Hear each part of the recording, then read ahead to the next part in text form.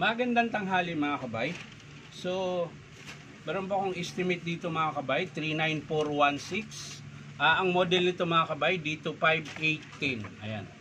So, ito po yung puro tibag lang mga kabay. Wala po itong rotary.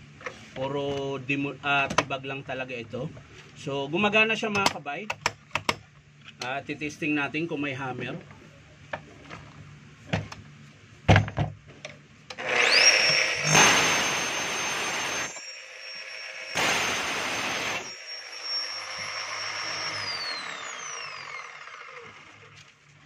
So ayan mga kabay, gumagana siya pero mahina po yung hammer niya.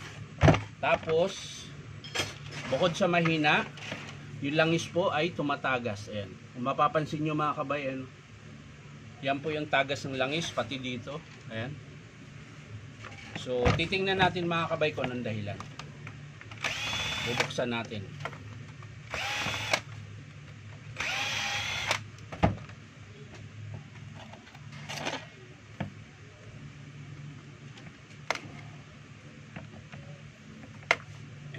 Tigas Ayan o. So, pag mga ganyan mga kabay, dalawa po dahilan yan. Nadurog po, sira po yung bearing, tapos nasira yung seal, kaya lumabas po yung langis.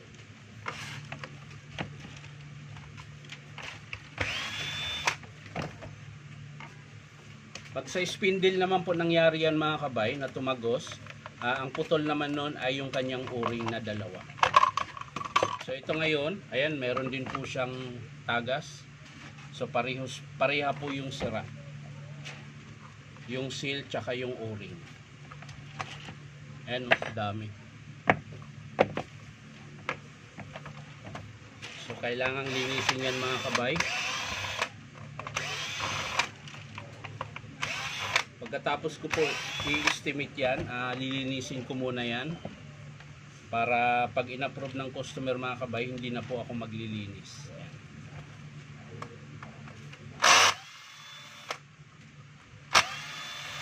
So kulang na po siya ng screw.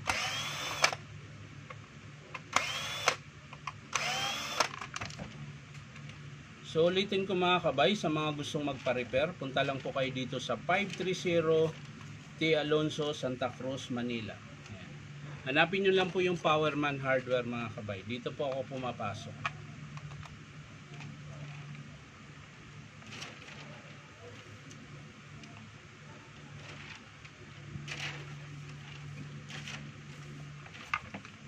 So nagre-repair din pala ako doon sa tinutuluyan ko na bahay mga kabay, sa T91 Musa Street, pero tuwing linggo lang po.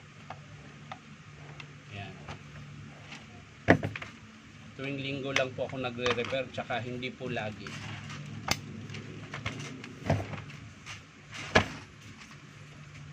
Pero kung grinder lang mga kabay, kahit gabi nyo dalhin doon sa, kung malapit po kayo doon sa T91 Musa Street, pwede ko pong repairin yun. Kung halimbawa mga wiring lang, carbon.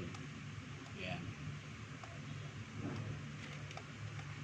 Pero kung mga ganito mga kabay, kailangan na po dito yan kasi lilinisin po natin yan katulad nito. Wala naman po kung hindi po ako kompleto ng gamit doon. Ang tanging gamit ko lang doon ay Phillips screw. So mas maganda kung mga malalaki dito. Kasi mahirap po magkalas ng mga ganito eh.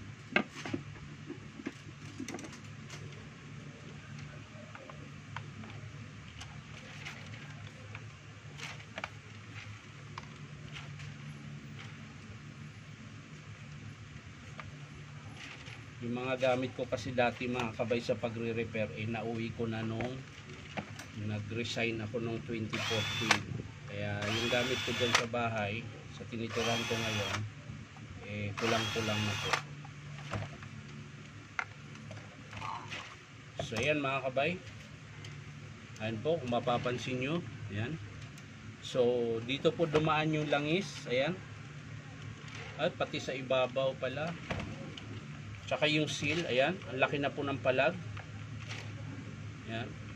Tapos malalim na rin po yung armature niya.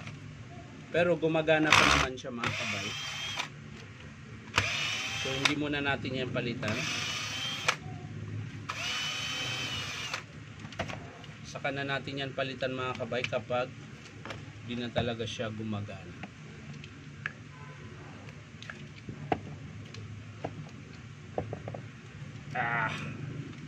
Dami linisin ito mga kabay.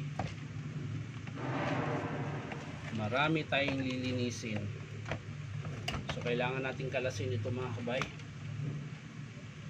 Yun, ang tigas. So kailangan natin langisan yan para makalas. So yan mga kabay, kakalasin ko na po ito. Yan. Yan. So para malambot po yung pagkalas nyo mga kabay, lalagyan nyo po ng WD-40 dito para madulas yung wrapper. Kasi mahirap po dukutin yan, napupunit po yan.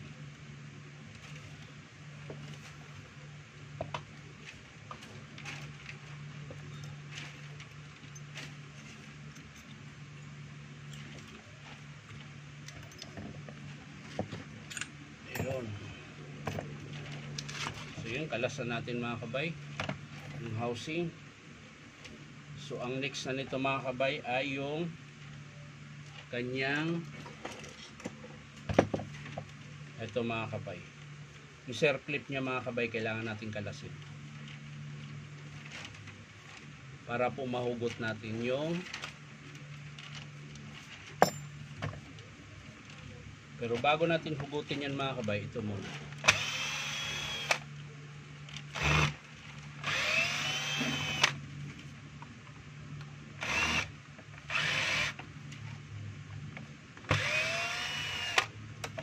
Ito muna.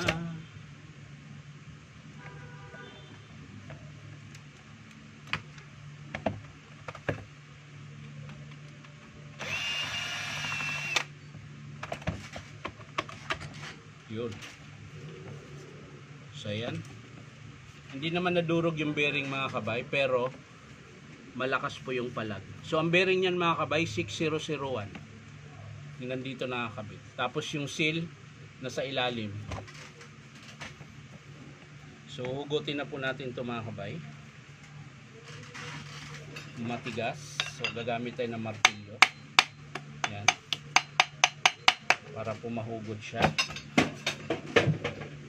Dahil ito po yung alamin natin kung bakit mahina yung hammer. So yan, ang tigas. Kakalasin muna natin dito. So hindi naman putol yung ano niya mga kabay. Hindi putol yung connecting rod niya. Pero maalog na po yung connecting rod niya. Yun. Ayan. So hindi naman siya putol mga kabay. Ayan.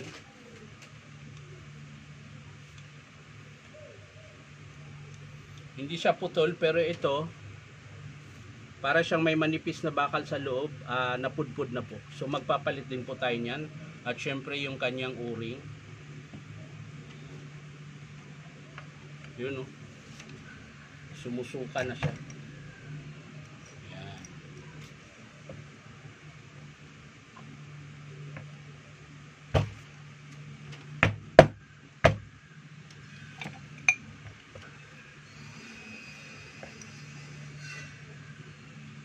So yun, nakikita natin mga kabay. Bali ang sira po nito ay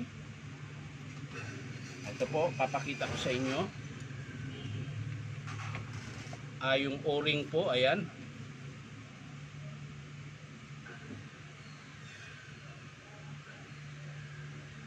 Yung dalawang o-ring sa spindle mga kabay, ito po. Ayan. So kailangan na natin palitan ito. O-ring. Tapos o-ring po sa striker, nandito sa loob. Kakalasin ko lang mga kabay. Yan. So ito po yung striker niya mga kabay. Yan. So So yung o-ring na yan, magpapalit din po tayo. Tapos yung seal, ayan. Yung seal po ng takip, yung o-ring, ayan. Ito po. Magpapalit din po tayo niyan. Tapos yung 6001 na bearing, papalitan ko rin yan. At yung kanyang 608, ayan po. Tapos yung sa crankshaft naman mga kabay, yung bearing. So ayan, ang laki ng palag mga kabay, oh. Yan. Isa din yun sa dahilan kung bakit napuputol yung connecting rod. O kaya nasisira yung pinakabutas ng connecting rod. Dahil po syempre pag alog ito, hindi po diretso yung andar nung connecting rod. Pumapalag po siya, kaya nasisira. So magpapalit po tayo dito. Ang bearing nito mga kabay, 6203. Yan po yung number ng bearing na yan. So dito mga kabay, sa armature niya, although malalim na siya, pero po pwede pa. Maganda pa naman yung andar, hindi pa naman siya masiklab. So hindi ko muna papalitan yan. So ulitin ko mga kabay, final na estimate.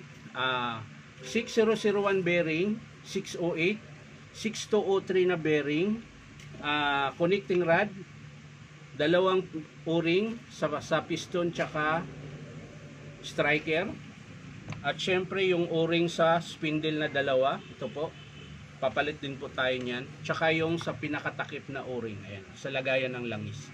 So yun po yung papalitan natin. Kasi ayan, kaya po siya sumuka ng langis, ayan, dahil po dun sa mga o-ring niya tsaka seal, sira na po. So yan lang mga kabay, hindi ko na po ipapakita kung paano buuin dahil lilinisin ko pa ito. Papakita ko na lang po sa inyo mga kabay kung paano magkabit ng o-ring, ng bearing, at kung paano natin ilagay yung bagong piyesa na papalit natin. So yan lang mga kabay, maraming salamat sa panunood at palike and share na rin po. At syempre po, baka naman po pwede subscribe nyo po ito aking YouTube account na Inom Tabay. So maraming salamat mga kabay, bye bye.